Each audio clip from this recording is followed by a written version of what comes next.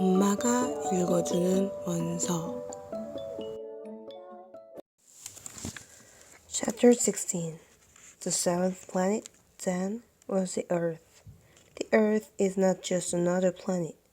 It contains 111 kings, including, of course, the African kings, 7,000 geographers, 900,000 businessmen, 7.5 million drunkards, 311 million vain men. In other words, about 2 billion grown-ups. To give you a notion of the Earth's dimensions, I can tell you that before the invention of electricity, it was necessary to maintain over the whole of 6 continents a veritable army of 462,511 lamp-lighters. Seen from some distance, this made a splendid effect. The movements of this army were ordered like those of a ballet. First came the turn of the lamp-lighters of New Zealand and Australia. Then these, having lit their street lamps, would go home to sleep.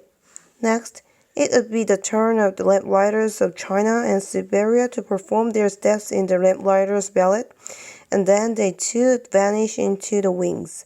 Then came the turn of the lamp-lighters of Russia and India. Then those of Africa and Europe. Then those of South America and of North America, and they never missed their cues for their appearances on stage. It was awe-inspiring. Only the lamp-lighter of the single street lamp at the North Pole and his colleague of the single street lamp at the South Pole at Calvary are the lives. They work twice a year. Chapter 17. Trying to be witty leads to lying, more or less. What I just told you about the lamp-lighters isn't completely true, and I risk giving a false idea of our planet to those who don't know it. Men occupy very little space on Earth. If the 2 billion inhabitants of the globe were to stand close together, as they might for some big public event, they would easily fit into a city block that was 20 miles long and 20 miles wide. You could crowd all humanity onto the smallest Pacific islet. Grown-ups, of course, won't believe you. They are convinced they take up much more room. They consider themselves as important as the baobabs. So you should advise them to make their own calculations. They love numbers and they'll enjoy it. But don't waste your time on this extra task. It's unnecessary, trust me. So, once he reached Earth, the little prince was quite surprised not to see anyone. He was beginning to fear he had come to the wrong planet when a moon-colored loop coiled on the sand. "Good evening," the little prince said, just in case. Good evening," said the snake. "What planet have I landed on?" asked the little prince. "On the planet Earth, in Africa," the snake replied. "Oh, and are there no people on Earth?" "It's a desert here. There are no people in the desert." "Earth is very big," said the snake. The little prince sat down on a log and looked up into the sky. "I wonder," he said, "if the stars are lit up so that each of us can find his own someday. Look at my planet. It's just overhead, but so far away."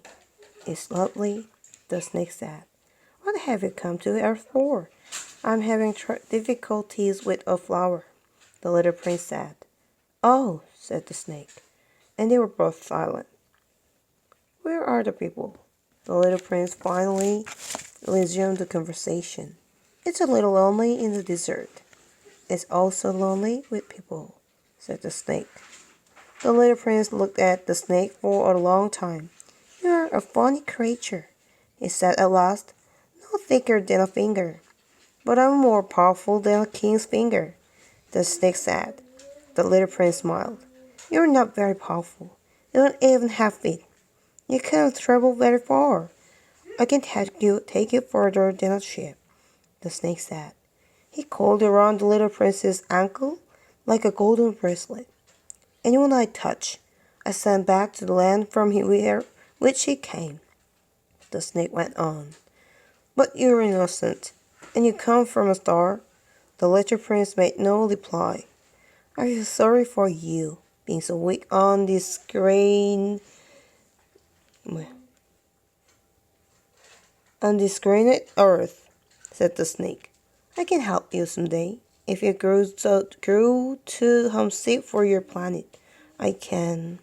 Oh, I understand just what you mean, said the little prince. But why do you always speak in riddles? I solved them all, said the snake. And they were both silent.